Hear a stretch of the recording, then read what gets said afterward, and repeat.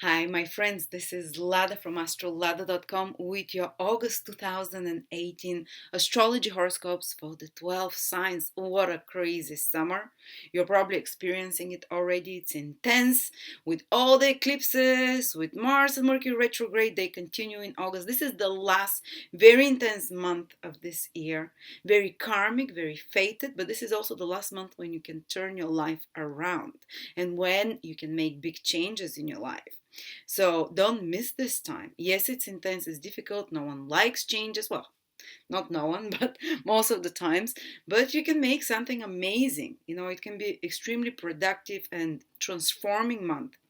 And of course, one of the most important events is that we have the solar eclipse, which is happening on the 11th of August in the sign of Leo. It's with Rahu. Solar eclipse is about new beginnings, guys. Especially with Rahu. Rahu is material in nature when a Rahu causes a solar eclipse, which means it will bring some tangible, material, new beginnings in your life over the next 6 months in different area of your life, depending what sign you are. We'll speak about that, and some big changes in that area of your life. It's one of the last chances to make a big new beginning in that area of your life where the one of the last Leo eclipses is happening there. So important time. Yes, it can be unsettling, it can be scary because you're entering into uncharted new territory, and everything new feels scary, but at the same time, maybe you're overdue for a change there. At the same time, we have Mars and Mercury retrograde. And Mars is extremely close to the Earth. You can see it when it rises on the western horizon at night, like a bright, red, angry star. And sometimes I would confuse it even for a plane, it's so bright. And when Mars is so close, all the fire in us increases. So we become much more, kind of retrograde planet. Many astrologers says, oh, it's not going to work at all, you're not going to have any ambition, any drive. No, no, no. Retrograde planet pushes you the limits, and Mars is about willpower, drive. And of course, with all that fire, it can misfire. We can create conflict, we can be more prone to accidents, to burns, to cuts, more prone to fighting with people that have longer consequences.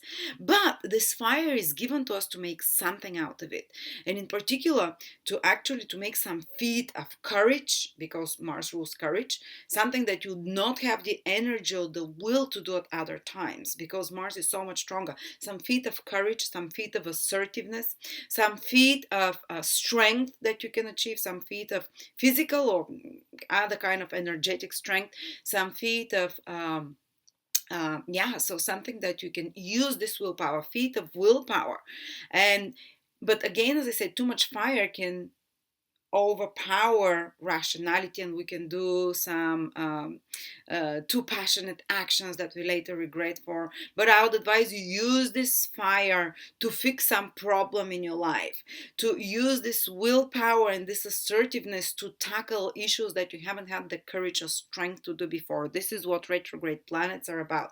And try not to succumb to the temptation to fight, to retaliate, to bicker, to be overly dramatic, and be careful for little accidents as well. But the ultimate goal of Mars retrograde is much more positive. And we'll speak about each sign where it is happening. And it's actually going in Capricorn. And it's turning direct only in the last 2 days of month of August. So it's mostly retrograde the whole August. And then you have Mercury retrograde till the 19th of August. And Mercury is about communication, about talking, about information. So you might have to be working on something using 3 times more of your skills, which what Mercury rules, 3 times more of your communicative abilities, of your ability to, to explain things, of your ability to use your hands or your mind or your skills in some way. It's more challenging when a planet is retrograde because we have to use 3 times more energy. So maybe some of you will be using 3 times more energy and skills to fix some communicative errors, some administrative errors, to organize, to manage, to prepare something, to put final touches, to complete some mercurial projects, which are of the mind, of writing, of speaking, of communicating, of business commercial transactions. So you're fixing something there while Mercury is retrograde till the 19th. And of course, we have, though, a lot of support as well, because we have Jupiter, amidst all those difficult influences, the solar eclipse, Mercury, and Mars retrograde. You have two very beneficial influences. So the universe is kind to us. It doesn't just burden us with one after another difficult influences. It gives us a helping hand. And one of them is the Jupiter trine Neptune. The whole month it is active. The whole month they're within a degree from each other, from the orb, and they're happening in water signs. Extremely healing influence. I've given some keywords. Easy flow, we'll speak about each sign where you're going to experience this easy flow, this healing, help from somewhere, divine help. It might be almost like divine intervention, something happening by magic.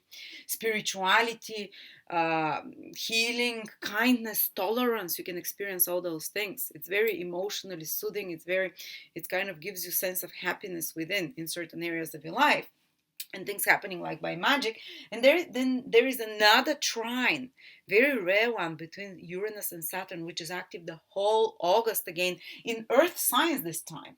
And earth signs are material manifestation. So in certain other areas of your life, you'd have groundingness, you'd have productive results, material results. You're going to have easy material results because it's an easy aspect. And you're going to have you're going to build up something new on top of something old, strengthen old foundations by incorporating something new, and that is not going to destroy old foundations in your life.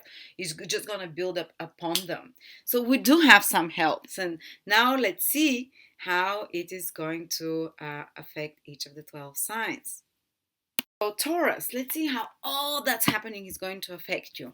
Well, of course, we have Mercury retrograde till the 19th, and it's happening in your fourth house, a family, place of living, property, family relationships as well. So you might need to lead some clarifying conversations. There's something unsaid that you've been holding on to can come to the surface. So you might have to kind of have some verbal sparring, or some important verbal communications with family people, clarifications, or maybe something to do about sales of property or buying of property, that some documents that you have to arrange. Maybe you'd have to do this till the 19th before you are able to sell or buy, and you might have to do like some improvements in the home, because Mercury retrograde is about, something's not working well, you have to fix it. Use your skills, use your intelligence, your cleverness.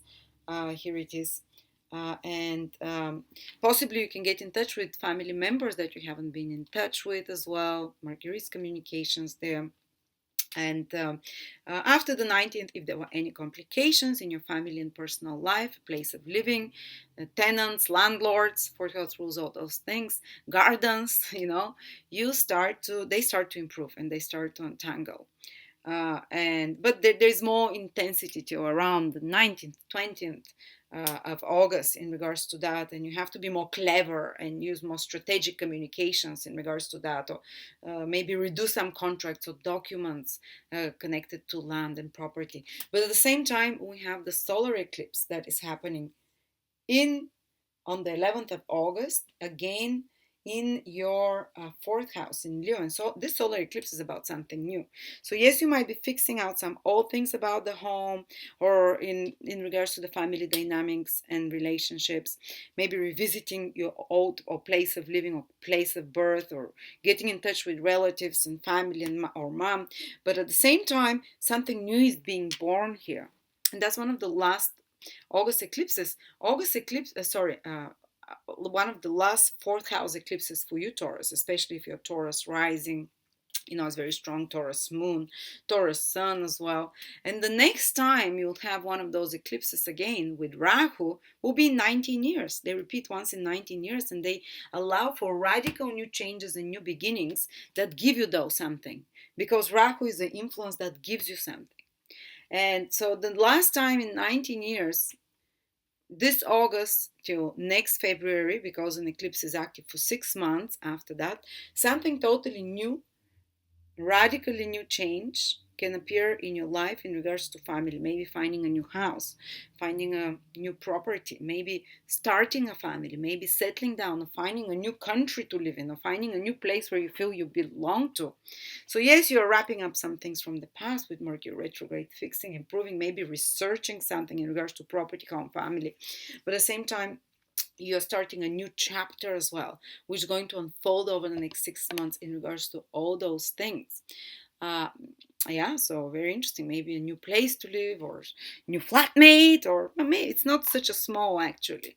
Eclipse of this level, it's something bigger usually, something more fated, like connected to family members, with mom, one of the parents, something that radically changes the whole dynamics there, or your own family that you've created, and property and vehicles, also the fourth house. Then we have at the same time some very healing and helpful influence though for you, Taurus. And that's, first of all, let's speak about the trine in water. Jupiter is in Cancer, which is sorry, not in Cancer. Why did I write that it's in Cancer? What am I talking about? It's in Scorpio.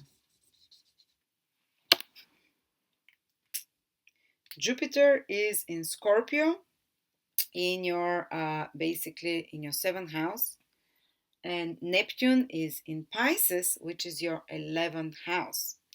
All right, let's see how this plays out. And they're having very healing influence, very easy flow. It's spiritual, it's healing, it's you're receiving some help, and it's in your communicative houses. And the communicative houses are basically, you can receive help from another person. It might be from friends, it might be from a partner, business partner, client. Relationships and social contacts with others should flow greatly. They should be a source of some healing, relationship and communications, not so much with your family, but with other people in your social circle. It might be with marriage partner, it might be with business partners, with friends, with associates, with colleagues of some sort.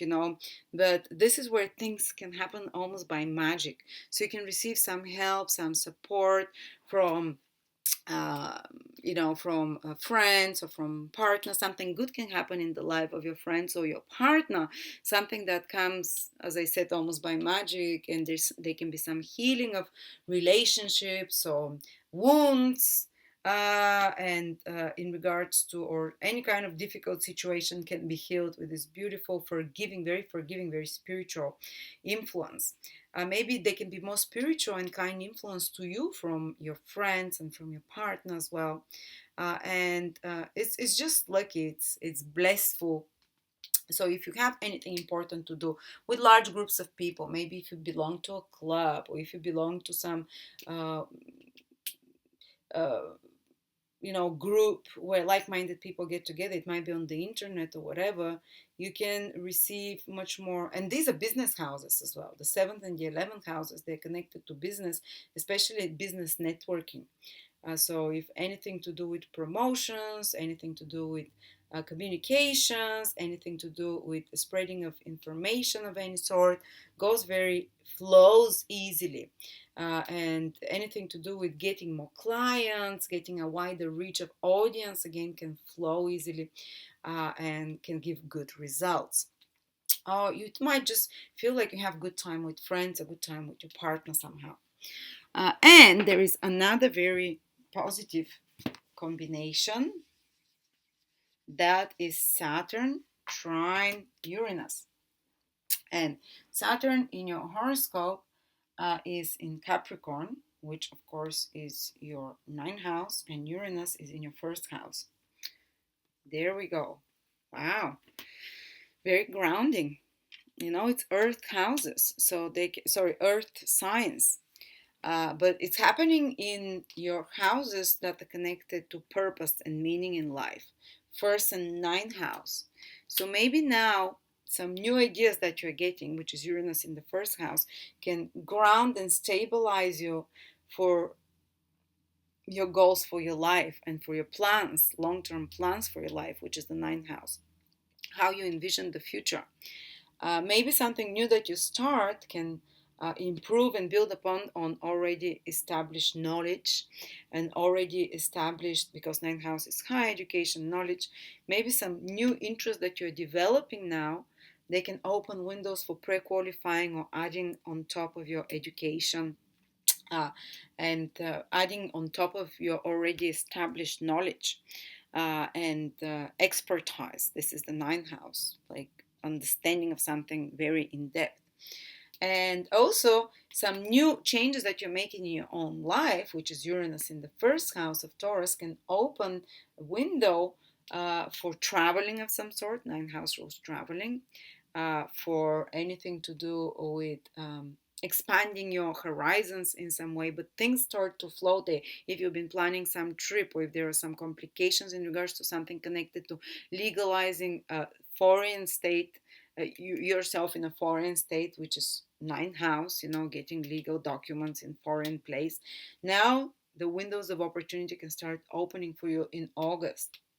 Uh, Also, they can be a good connection with an older teacher of some sort, or a mentor figure. Someone can appear, or maybe you already have one, but they can be like a good implementation and good collaboration between you and an advisor figure. Might be a coach, might be a guru, might be a spiritual priest, or it might be just a mentor at your work, or someone that you admire, someone who's usually a bit older as well, which is Saturn, that you can work well together and implement something together, and it can open windows for you, and you can build upon, you can gain from their knowledge and their understanding and their previous experience, which is Saturn, and introduce something new into that as well.